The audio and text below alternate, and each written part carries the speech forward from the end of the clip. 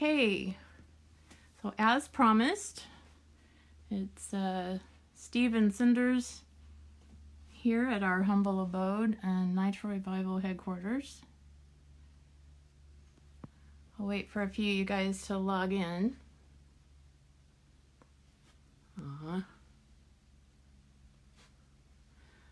So as we're waiting for people to get online here, just giving you a little tour of Poppy's office.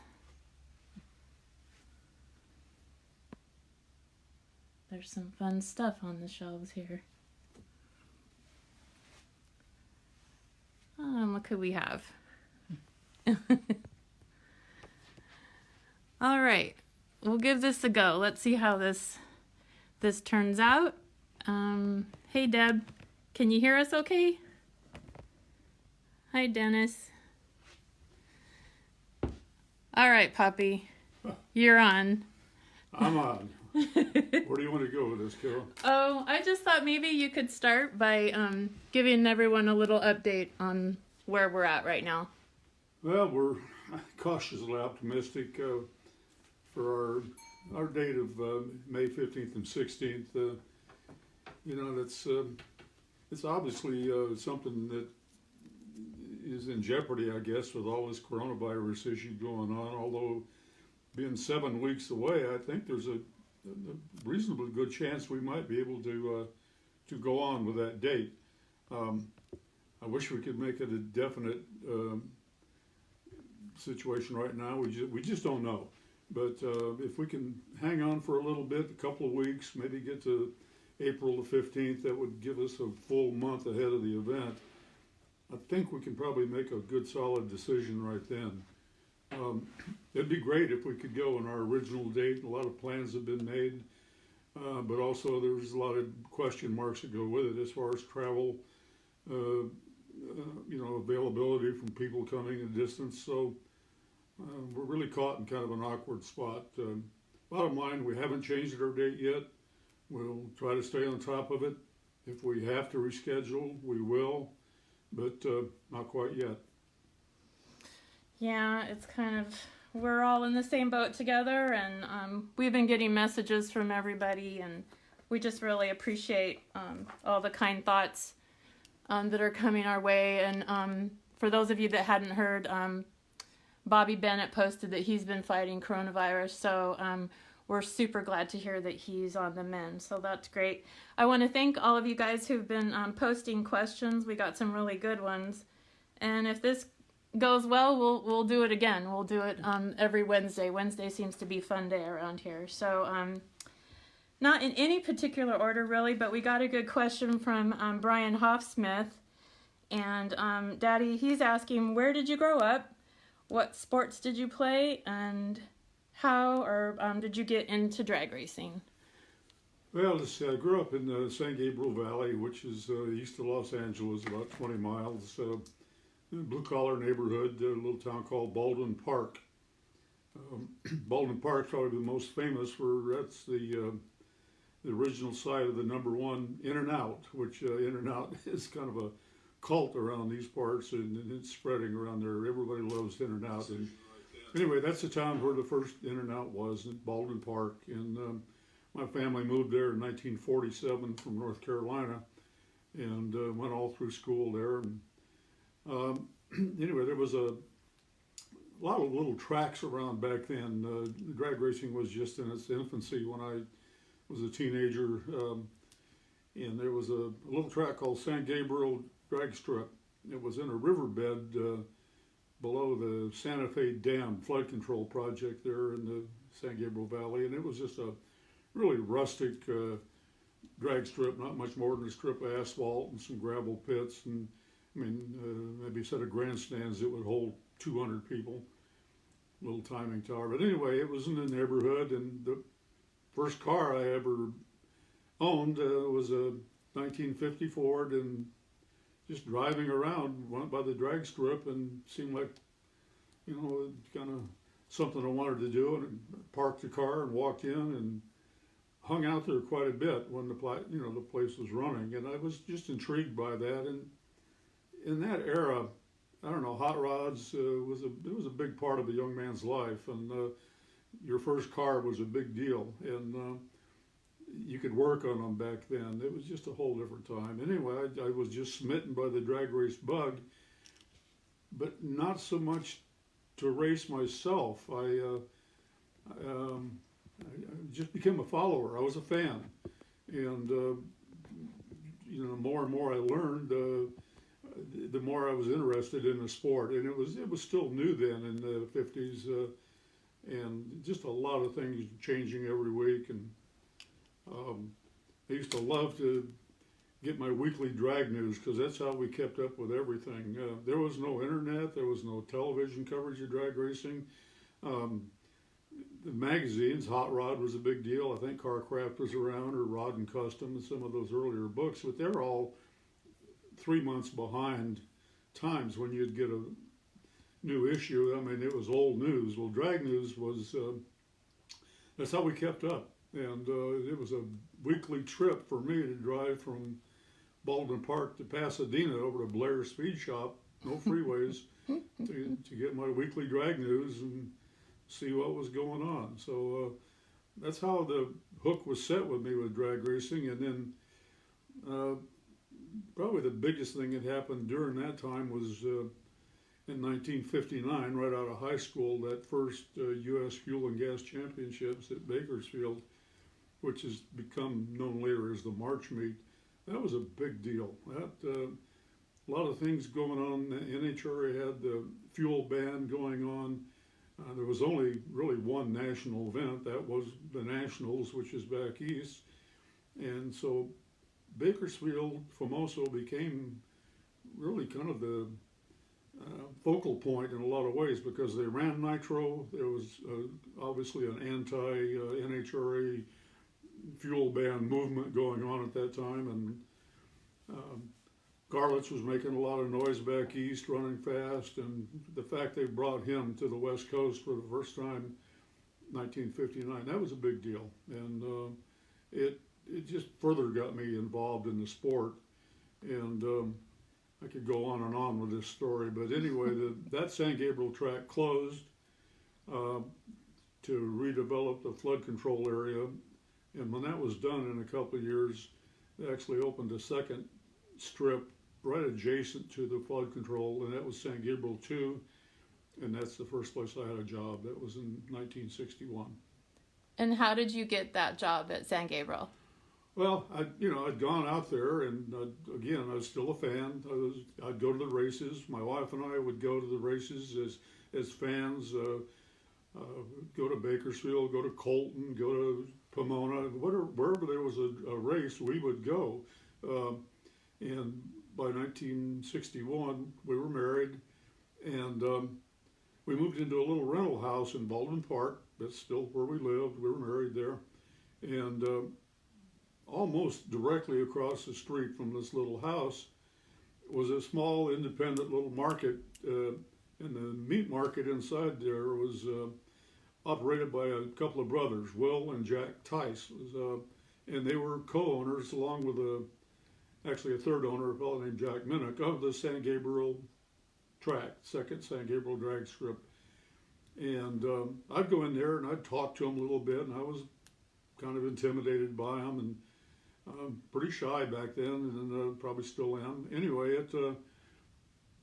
one day I actually asked them, is there any need for any part-time help out there at the drags? And they were running every week.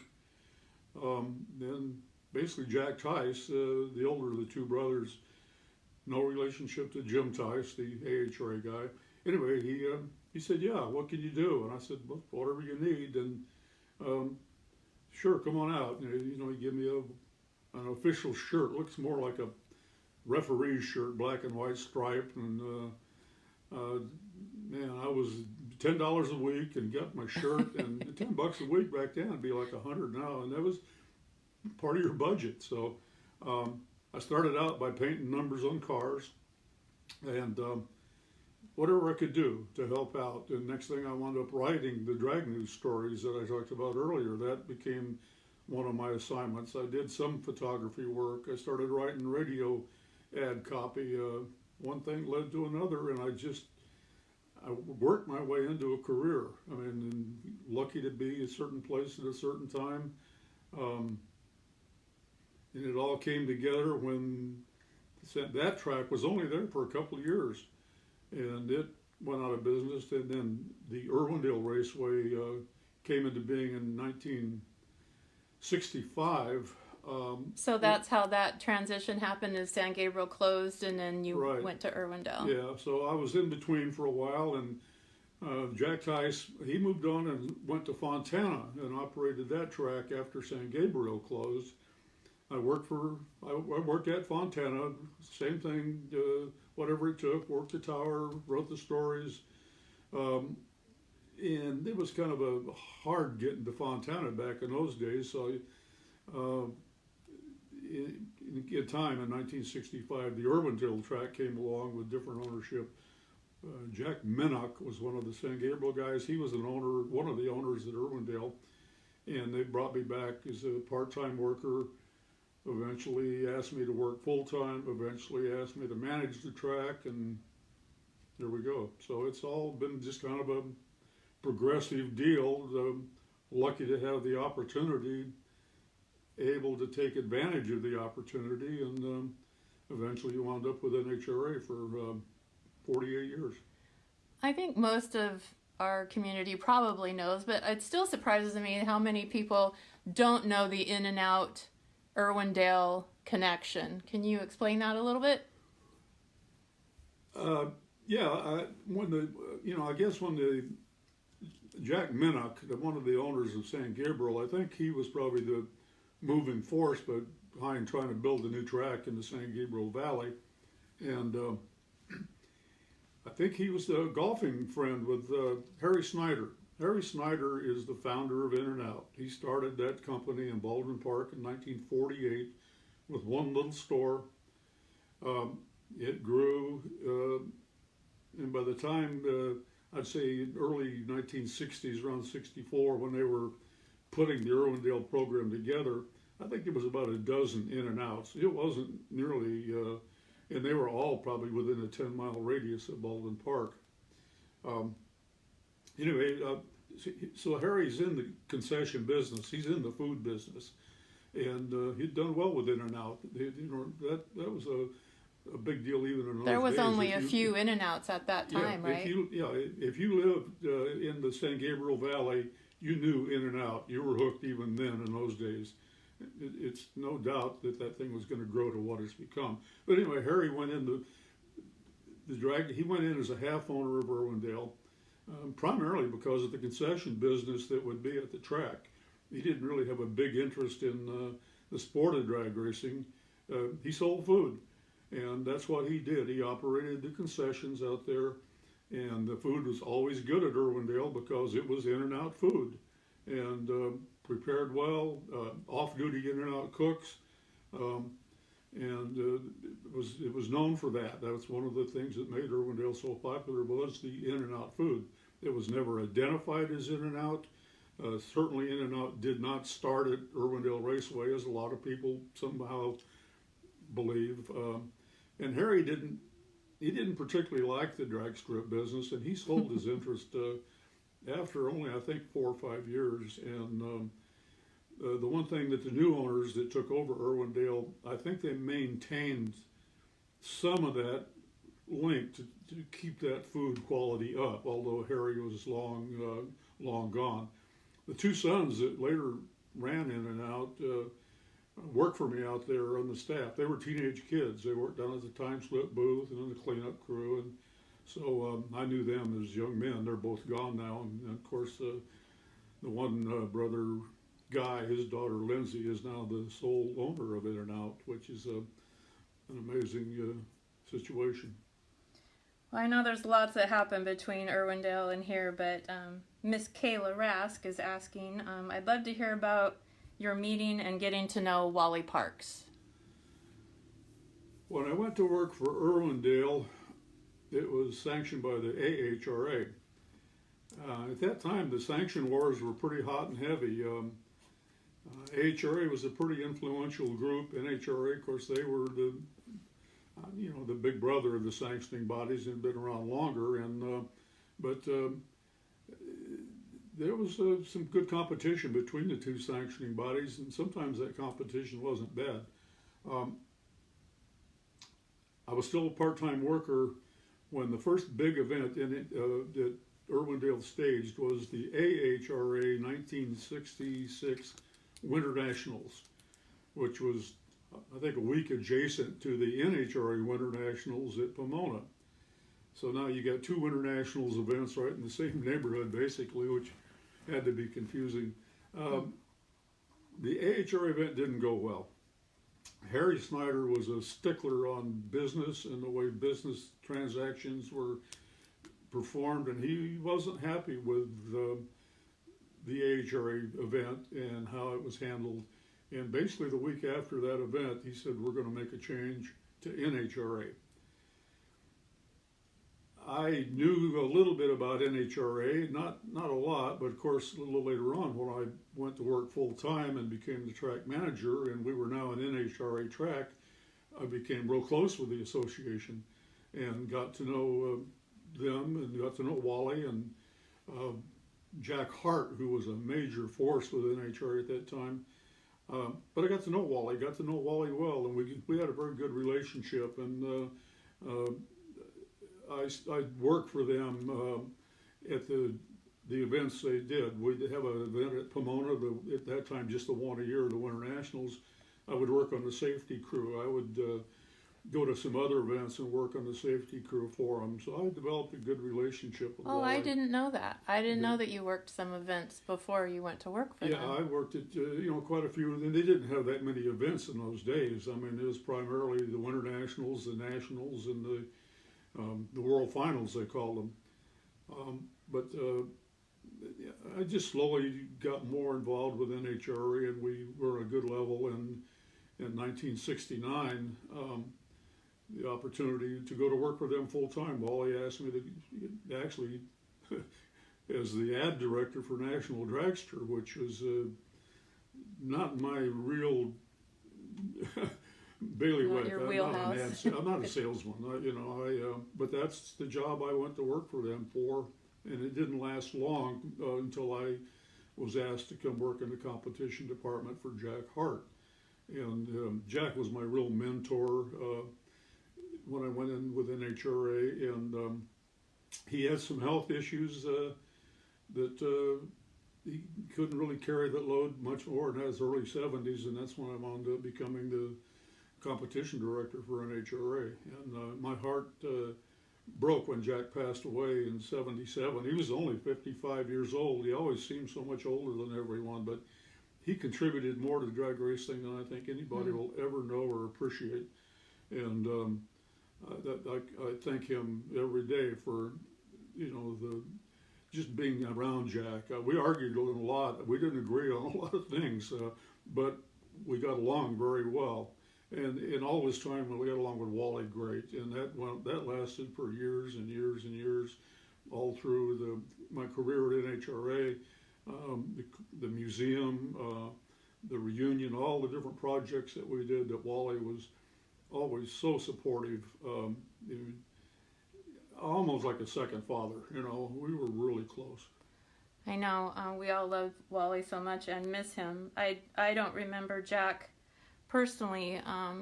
I must have met him. I know Angelique loves hearing about her grandpa. Speaking of Wally, what do you think he would say about the state of NHRA drag racing today? Well, it's hard to say. Wally was always supportive of his people, and I think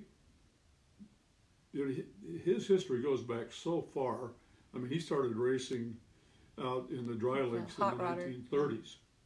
And Wally was more of a car guy than a star guy. He loved cars. He loved hot rods. He loved Bonneville. He loved the dry lakes. He was one of the founding members of the SCTA that still conduct races out at El Mirage. And Wally was, a very smart guy. He was the editor of Hot Rod magazine, and a lot of people don't realize that even after NHRA was started, Wally continued on at Peterson Publishing as the editor of Hot Rod. Um, a lot of the times the money he made at Hot Rod helped pay the bills for NHRA in those early years. Um, I don't think Wally would be real pleased with some of the aspects of the sport the way it is today, where it's so focused on, the blow 'em up explosions. I think they're capitalized on that. That's what they're selling now, is more the spectacular end of it, the thrill show kind of a thing almost. I mean, it's still serious racing, obviously, but I think they've overgone that. I don't think he'd be happy with that, but that's just my opinion. The bottom line, he was a car guy, not as much a star guy. But he loved the sport. It was so neat to see him go to the Hot Rod reunion, and you could be there, and you could look down that fence line, and Wally was about a head taller than a lot of people, and you could see this old guy. I mean, by this time he's in his 70s, late 70s, 80-year-old, standing down there at the fence line watching these guys race at the Hot Rod reunion. He loved it. I mean, that was more his thing. He loved going to Bonneville. He loved going to Bonneville with his son David and being a part of that scene. The Bonneville, I guess, phenomena is more like drag racing was back in that era. It's guys out there doing it for the love of the sport, not the money. Well, he took a lot of flack because he resisted paying big money. And at the same time, you got to be careful what you ask for, because that's what you get. And when the money started showing up, it's now become such an expensive sport that it's taken it out of the reach of a lot of people. So you look back on things that happened, and some of it had to happen. It was going to happen with or without Wally. I think the drag racing was going to evolve into showbiz as it has, and he had the other sanctioning bodies that were kind of leading that charge too. So, but NHRA is still there. They've outlasted AHRA. They've outlasted IHRA. I mean, all the other HRAs they've outlasted. So you got to give them credit for that. Although I think they got some real serious challenges ahead. I think so. Well, we miss him. We all miss him very much. I know one of the most rewarding things that I was involved with when we did that trackside memorial thing for him at Pomona at the finals when he passed away, and had that lineup of all the cars in historical order. That was really something. That was really something. Lou DeLou has a question. We'll lighten it up a little bit. What was your first car as a teenager? The first car I had was a 1950 Ford Custom Club Coupe.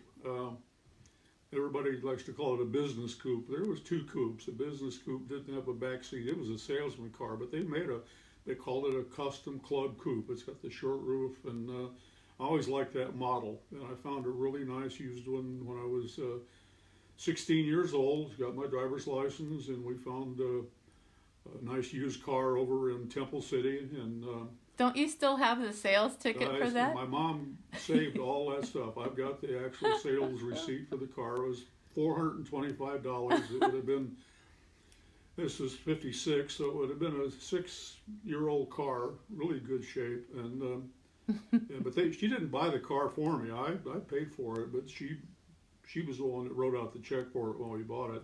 I had a job. I've always had a job, and that was my car. And it was just a high school kid's car. I didn't have enough money to really do a lot to it. I did them real modest customizing. We called them nosed and decked in those days. And we painted it Naples orange, which is a popular race color at that time. But I never raced that car. Never really did anything to hop it up other than dual pipes. But that was it. That was my first car, and it eventually got stolen and wrecked, and it last time I saw of it, it left my driveway on the hook, and I think I got $25 for it when I went to the local wrecking yard. But I've got another one sitting right outside the driveway here right now. It's kind of everyone's favorite orange. It's a tribute 50. car to my first Ford, but it's a nice car. It's got a nice Art Christman engine in it, and it's body off restoration, and it's a fun car. It's simple, it's basic, but still my favorite car. Lou's second question was, what's the last time you went down the quarter mile as a driver? Well, I never really was a drag race driver. The most serious drag racing I did was going to the Frank Hawley School. All the division directors, one time and myself, were invited to go through a full course when Frank Hawley started his driving school. And we went to Gainesville, Florida, and went through the full, I think it was a 3-day course, and we got to make quite a few passes in the gas dragsters that he has down there. Those are 8-second cars, about 160 miles an hour. And so that would have been the last time I actually made I guess a real drag race run. We had some staff drags at the when I was with NHRA. Everybody would go out there and take cars and run, just passenger cars and race down the track. So can't really count that. So I guess the last time I actually drove a real live drag race car would be the Hawley School experience, which was great. Frank did really just an excellent job putting everybody through that school, and he's still at it today, and it's yielded some really good people and great results, and Frank has done a great job. That's a fun deal. I did just a half-day course about 20 years ago, and it was only $100, and that was about the best $100 I'd ever spent. Dennis Holding, he's asking for you to tell a green room story. Green room, the infamous green room. At the time the second St. Gabriel track was running, there was a beer joint around the corner from the track over on the Live Oak and I think River Grade Road, and I think it was mostly truck drivers. That part of town is rock and sand area. There's forever there's been gravel trucks up and down the highway over there, and I think this beer joint, which I think they called it the Chateau, was the name of the place, and it's just a neighborhood beer joint, burgers and stuff, but. The drag racers started hanging out over there on, especially when the races were at night, Saturday night. That's you go over and hang out after the races, and you had some big name folks that frequented that place, and they were all a lot younger at that time and a lot feistier. I honestly didn't go there a lot. Hell, I was just barely old enough to drink, and I didn't drink anyway, so. For me to go over there, it was just kind of just to hang out with the racers that I idolized, and like I say, it's St. Gabriel era, Garlett's, Hunt, Karamessinis, Ivo, and Perdome was just getting started. Jim Ward was a big name, Ted Sear. I can think of a lot of Lefty Muttersbach, the Masters and Richter guys. A lot of racers were coming to St. Gabriel back then, and when they would go over to the green room afterwards, it was party central, and it'd get pretty rowdy sometimes. I was never there when it got ugly, and I guess there was a couple of pretty nasty episodes where weapons were drawn or at least some fists flew. Honestly, I missed all that. But I remember running back and forth to the place when Cindy was born, because that was right in the middle of a big 2-day race. And going back between the hospital and the drag strip, or the hospital and the green room, a lot of trips between Irwindale and Covina. It makes sense. I was born in the middle of the biggest race of your year, so I've grown up hearing that story. It always makes me happy to hear that. Yeah, it was a 2-day Labor Day race, and it was labor for your mother. It took a long time for you to show up. Oh, I've always gotten a kick out of that. I always felt like Indy was special because that was always my weekend. Yeah. But I missed you every year on my birthday. Yeah, well, that was part of the downside to that job, was all the travel. I mean, it was fun. It was hard work, but obviously a lot of time gone from the family and missed birthdays. Tried to make them up best we could. Yeah, we did.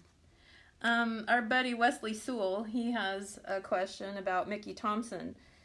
He's asking if you ever worked with Mickey at any of the tracks, and how, if any, was your relationship with him?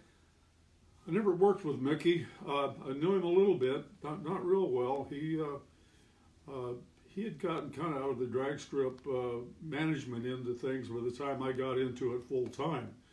When I got into it, C.J. Hart was the guy I dealt with at Lions, and so I never dealt with Mickey really as far as the drag strip operations into the thing. He was off doing a lot of other things at that time with all the projects he had. He had so many things going between the Bonneville car and IndyCar racing and off-road and stuff like that. Kind of interesting though, I worked at a supermarket back in the early 60s, and Mickey lived right down the street from that market. And I would see him now and then in that store, and I got to know his wife as a customer. And Danny Thompson just tuned in. I see Danny's watching right now. Right, yeah. It was down, John's Market was the name of it. Danny may remember it. It was right there in El Monte. Wow. I think it was one of Mickey's crew guys. I think a guy named Mel Noriega that lived down there across the street. And they was a customer in there. And that was where I think Mickey started work on the Challenger. I'm not sure if it finished there. So I knew him a little bit from there. Actually, in 1959, my high school buddies and I drove to Bonneville to see him run that Challenger car the first time. Wow. And of course, this was before being married or anything. So the Challenger was done in '59. Mike Doty, a friend of mine, and Jim Caslin, we got my '50 Ford and drove to Bonneville and watched Mickey race that first year. Wow. And the car ran pretty well, but it didn't have superchargers then. It didn't, run as quite as it expected, but although it was a success, I would say. And then he went on to, put the blowers on the car, changed it a little bit, and eventually went 400. So Mickey was an intense guy. I mean, I know a lot about him, but we never had a real personal relationship other than just casual acquaintance, maybe. Don Hirsch, our buddy from Nitro Heads, he's asking, do you have a favorite event? So I don't know if he means national event, or maybe he just means an event you were at, or...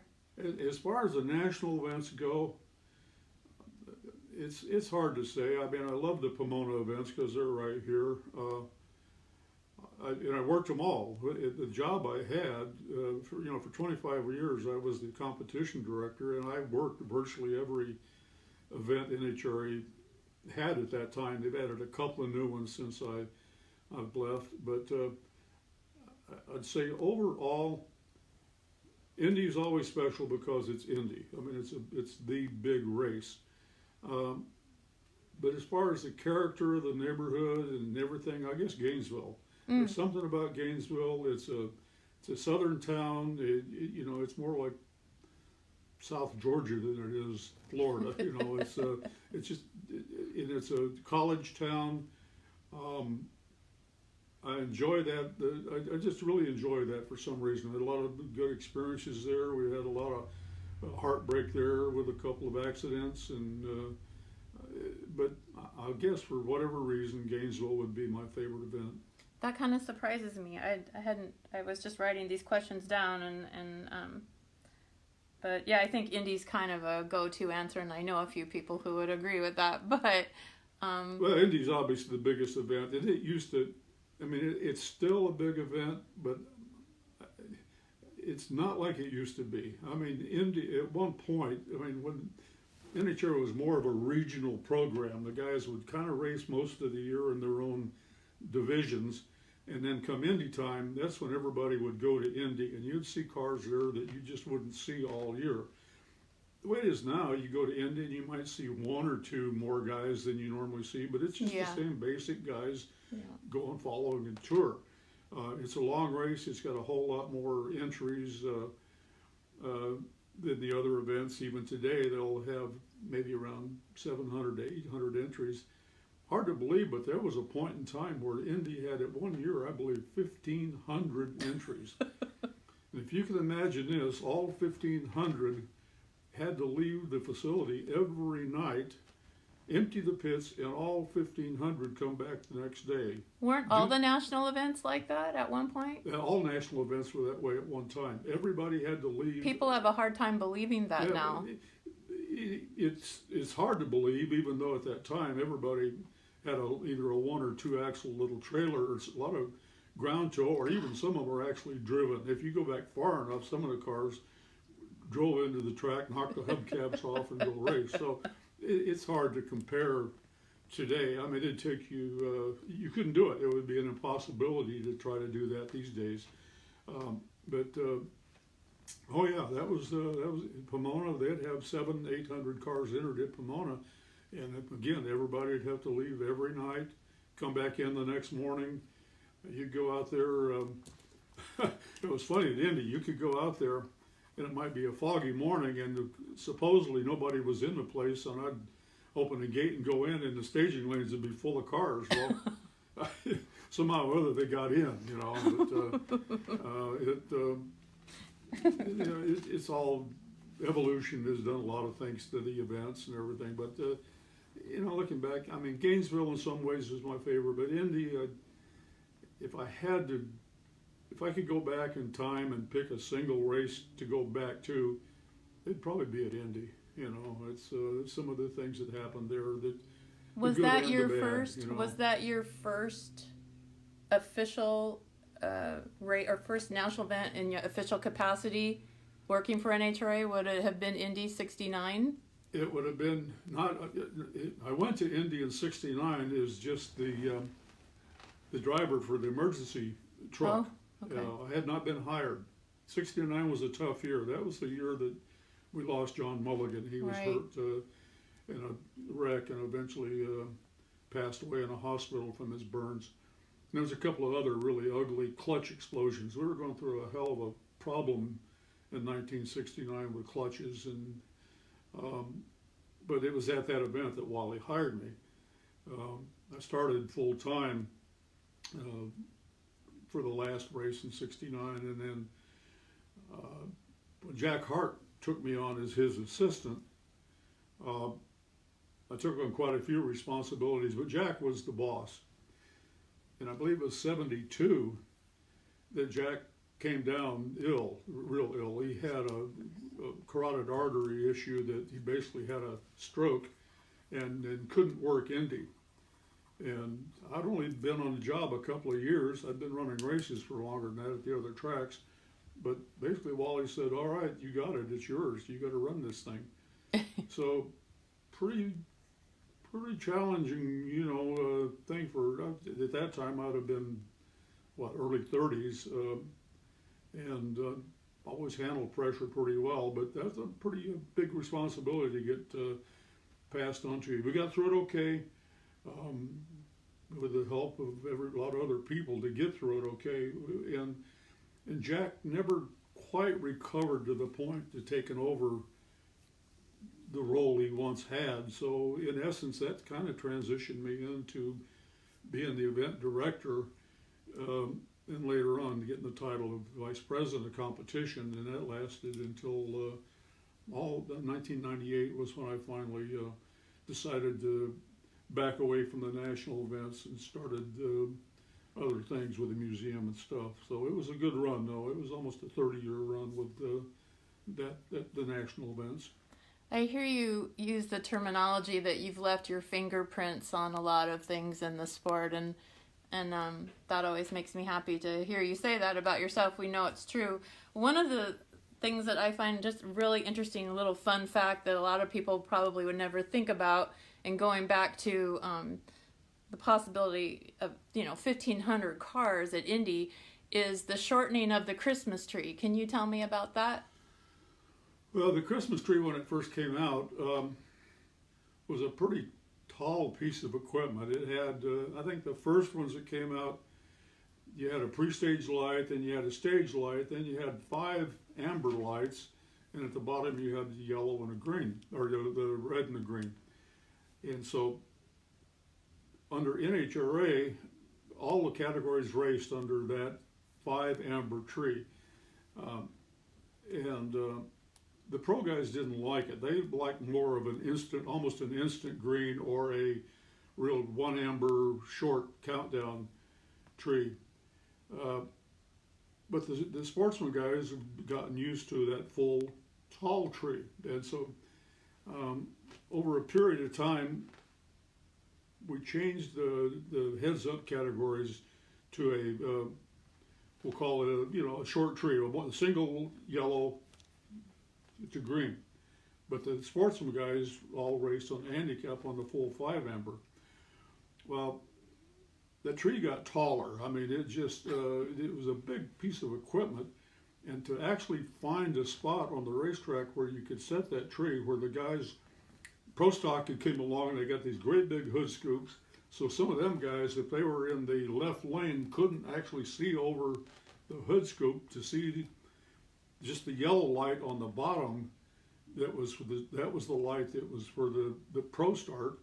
And the funny car guys, they couldn't see through the roof line to see the pre-stage and stage lights, so you had to put the tree far enough out for them to see that. Right. There were times where the Christmas tree actually wound up sitting not right in the center of the racetrack. Maybe we just had to find where it worked, and it finally, I said, we can't do this anymore, and that's when I said we're gonna shorten the Christmas tree. We're gonna take it down to 3 ambers for the sportsman guys, and when the pro guys race, all 6 bulbs will light at one time, and that'll give them a whole lot more to go on. And that's when we revised the Christmas tree, and that's what basically you have today. We kept having to add lights because of we put 2 ambers for the pre-stage and 2 for the stage, and because if one burned out, that would cause all sorts of grief when a guy's trying to stage his car, but the light bulb had burned out. So we'll put 2 light bulbs.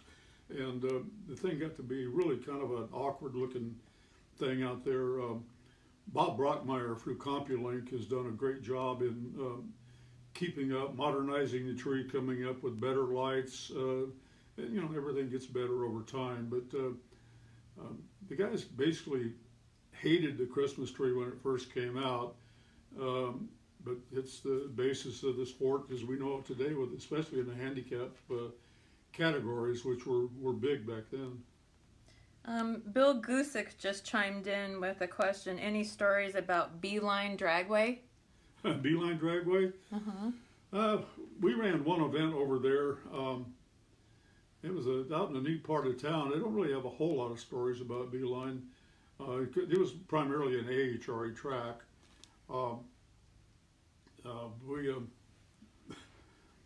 One kind of funny episode, a bunch of us, I don't know who remembers Jim Annan. Diamond Jim Annan was a fun guy. And Jim had a motorhome that at the time was the top of the line motorhome. And so I forget, it was an AHRA race they were having over at Beeline. And so a bunch of us got together and it was going to be a party for us to go over there. I can't remember Carl Olson, Dave McClellan. There was quite a list of colorful characters in the motorhome. And so anyway, Art Hayward, who worked for Krondike at the time, he was working at the race over there. And we pull in, and he had a spot saved for us right down next to the fence line. We pull in there. All of a sudden, they're moving people out. We park our motorhome right next to the fence. I think they only had about 3 speakers in the whole place. And Art Hayward pulled the wire from the tower all the way down to the motorhome at the finish line and put a speaker right in front of our motorhome. And everybody said, "Who are these guys?" And it was fun. We had a great time. David Densmore was there. I think Steve Earwood. Oh God! And as the party was going on full time at this motorhome, and we were up on the roof watching the races. And people would lose, and they'd just park their car on the return road right in front of the motorhome and get out and come to the motorhome. I mean, Shirley Muldowney was on the roof drinking, and people couldn't get back to the pit area. And I think they didn't care for us being down there a whole lot, I don't think, because we were the NHRA crowd, and it was an AHRA race. We had a great time. Poor old Dave McClellan, back at, I don't think Dave has had a drink in probably 30 years, but this was more than 30 years ago. And he said, "I'll take the first turn driving the motorhome." I think he drove from wherever we picked him up as far as I don't know, maybe I can't remember which. Somewhere out, just past Palm Springs. He never drove again. He was in no condition to drive for the rest of the weekend. And, so, and neither were hardly any of us. We survived the trip, but those were times you couldn't do it today. We'd have all lost our job if that would have happened. In fact, I think Wally got a couple of letters. he kind of pointed to him one time, but he never made an issue of it because Wally he could have a good time too. Well, we miss Diamond Jim Annan so much. I know you consider him one of your best friends. Tom Toller asked for a Doc Hales and Jim Annan story. I know one that I'm hoping you tell about the oval track. Well, this will take a minute. I don't know if we got enough time. We've got time. All right. Thanks, Tom. That's Doc Hales was he still is a real character, and I could spend hours talking about Doc. But Doc is he's a physician, and he's a practicing emergency room physician at that time. And he was the first doctor that we had that really got on board with NHRA. He's also a funny car driver. I mean, so here you got a guy that drove a funny car. Pete's Little Demon was the car. I think he drove it maybe when he was going to medical school. But Doc became a real talented emergency room surgeon. He loved drag racing. Jim Annan got on board with me on the Safety Safari crew, and we were all good friends, and we traveled together. And going to Indy, I forget what year it would have been, but we went the weekend prior to the race. We were there all that weekend and started the race, probably the middle of the next week. And one of the things we decided to do to kill some time was go up to a little oval track in Anderson, Indiana. And so we got there. I think we'd been there maybe the year before and watched. It was a pretty high bank, short paved oval. And so there was a bunch of us, a crowd of, there must have been 6, 8, 10 people that went up there just killing time on a Saturday night. And Doc had never been there before. So we walk through the gate and we make a left turn. We don't go right to the track or the seats. We turned left to go into the pit area. I think it was downtime. It must have been between, we're qualifying, but whatever, the track was quiet. So we're walking through the pit area and we come across this beat up old car. It looked like it was a destruction derby kind of a car. And we're talking to this guy and say, what class does this run? Well, they call it street stock. And the name of the car was the Nova Cane. Nova Cane. That sounds like, Doc, this is right down your alley, And so Doc, well, yeah, why? So we asked this guy, and this guy, he says, are the driver qualified or is the car qualified? Well, the guy said, looked at us like ignorant, we should know better than that. And well, the car's qualified. Why? Well, Annan, how much you want for this car? I don't know. Annan, I think he peeled off either a $100 bill or a couple. He said, well, let's do it. Well, I don't think the guy had ever seen a $100 bill. And he gave us the car. We bought the car on the spot. And, of course, Leroy Hales had to be the driver. And, again, Doc, he's never seen the racetrack. He's not seen the track. But he's in the street stock final. Okay. So he's familiarized himself with the car. He climbs through the window to get in, and the guy looked at him and said, why don't the boy use the door? So Doc gets in there, and I think the seatbelt was a chain, a logging chain. Anyway, one thing leads to the other, and they call street stock, and here we go. Doc gets in, fires her up, and he pulls out and goes up into the lineup. Well, then they're introducing the guys up there. They park them up around the starting line, and we're making our way up to the seats to watch all this. God only knows what's going to happen next. And Jim Monty, I think it was, runs up to the tower to tell the announcer about this big news that we got this doctor racing in street stock, and the guy, well, ladies and gentlemen, we got Dr. Hales Newport from Beach, California.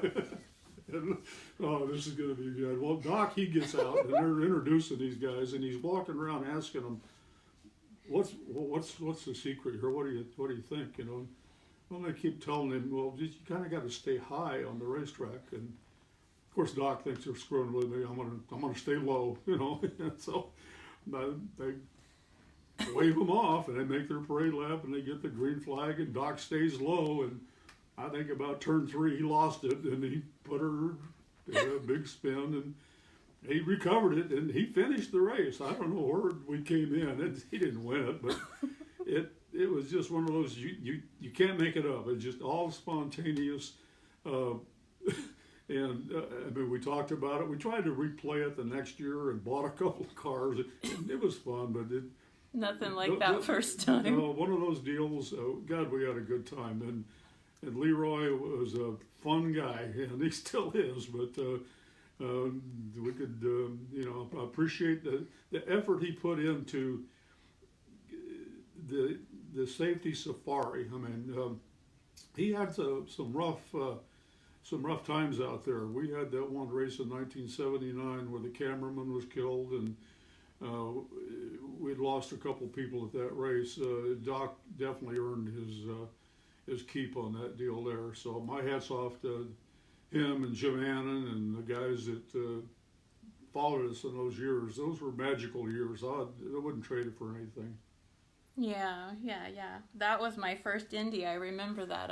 You called me on a Thursday, and it was my birthday that week, and I got to come out on a red eye all by myself. I thought I was hot stuff to come out there on a plane, go to my first Indy, but 79, and that was kind of a crazy year. I've always remembered that. Yeah, those things are hard, There was some great times, fun times, and there was some real heartbreak that went with that, and it's something there's no way of getting used to it. You just have to make the best of it, learn what you can, and then try to move on. Well, everyone keeps posting, you need to write a book, and I know you have heard that many, many times. This is fun. I think with this board and Stir Crazy as a bunch of us are right now, we'll do this again. I have lots of stories that I would love to hear you tell, but I'll wait. I'll spread those out. Well, it's fun talking about the old days. I was fortunate to be involved in something like, drag racing when it's in a period of time where you could get by with stuff you couldn't do today. I mean, with political correctness and human resources department looking over your shoulder. But there were fun times, and most of it was harmless fun. I mean, but I'm just, hate getting old, but damn it, I'm glad I lived through the time I did. All right, well, give us, just because I'll get asked, give us one Ace fight story. Which one? Ace, give a fight story. Oh, jeez. Ace is in trouble. Give me a Ace is in trouble story. Ace is in trouble. Ace is in trouble. God, I love the Ace. Always have and always will. But I guess probably Columbus. He was driving that Super Shops car. And, Ed had a reputation. I don't think Ed ever went looking for trouble, but I think he would not avoid it. I mean, if it got anywhere close, he was ready for it. And anyway, things had been kind of calm. I don't remember the last episode that had happened, but I was going through the pits and come across him and that brown Super Shops car he was racing that year, and I hadn't visited with him probably during the race, and stopped. Hey, how you doing, Ed? And things have been kind of calm lately, haven't they? To that effect. Yeah, I'm getting too old for that crap, and I just don't want to. I hadn't left 15 minutes. All of a sudden, my radio's jumping off my belt. Everybody report to the Super Shops car. Everybody over to the Super Shops car. Oh, Christ, here we go. So I went back over there, and I'd rather have Ed tell the story, but I guess some guy made a fool of himself, and Ed, his tolerance level for fools is not very high, so I guess he popped the guy. And I think it caused him some grief down the line, but the guy probably had it coming. But anyway, that's the one that comes to mind. But we've had go behind the barn and talk a couple of times, either for driving the car back to the pits after a run he wasn't happy with or whatever. But I'm glad to call Ace one of my best friends, has been for a long damn time.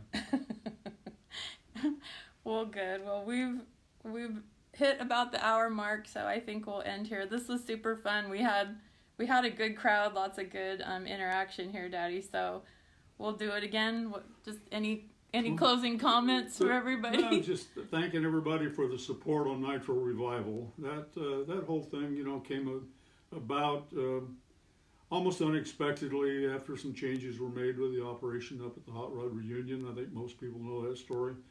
But we're off doing this little deal. I think we're trying to maintain, a system, a program, an event that honors the guys that went before, the cars that went before, that mentality of drag racing. And we got a lot of support.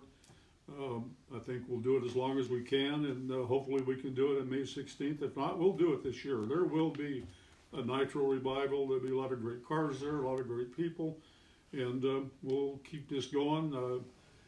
I hope that I can hang around for a long time, but if time comes, I hope Cinders can keep it going, and all the younger bunch that's in this little following we got. There's a bunch of younger guys in here that are 1-2 generations behind me. This part of the sport's not going to go away anytime soon. I think there's going to be the need to honor the history of the sport, the racers that have gone ahead of us, and the cars that either gone ahead. Many of them have been regenerated, recreated, restored. It's amazing what. I'll throw out one little fact that when we started this cackle thing. NHRA says I can't say Cackle Fest, but anyway, that's when we got it started. Hey, sue me. Anyway, it's when we started the Cackle Fest thing at Bakersfield in 2000. It was with 8 cars, and one of them was not a push start. I think we pushed 8, and I've got the list of the original 9 cars, and a couple of them will be at Nitro Revival. The Cole and Olson car will be there, which is. Mike Cole is a great supporter. Anyway, I could name names all day long about the guys that are supporting it. But anyway, from those 9 cars we had at Bakersfield in 2000, I've kept a list of the different cars that have been restored, replicated, recreated, whatever you want to call it, that have push-started, not just Fighter Ninja, but literally push-started, like the old days, at the different reunions, the different tracks around the country. And it's over 250 different cars. Wow. Which it makes me feel like we have done something to kind of capture that part of the history of the sport and preserve it and present it to the younger kids that didn't get a chance to see that. And my grandson Justin and Stephen both are good examples of young guys that probably would do anything to have been born 50 years earlier to live that time frame. But at least we can show them what it was like, give them a taste of it, and that makes it all worthwhile. And for everybody that supported us, all I can say is thank you very much. Yep, I'll echo that here. And again, just thanks everyone. We appreciate all the comments that we're getting, both in text and direct messages, emails. Our hearts are breaking to not really know exactly what's going on, but we're on it and excited and always here. So anyway, keep the questions coming. I'm going to keep track of, there's some questions that I didn't get to, but we will do this again. And so we're signing off. Bye. Say bye, Poppy. See you later, folks.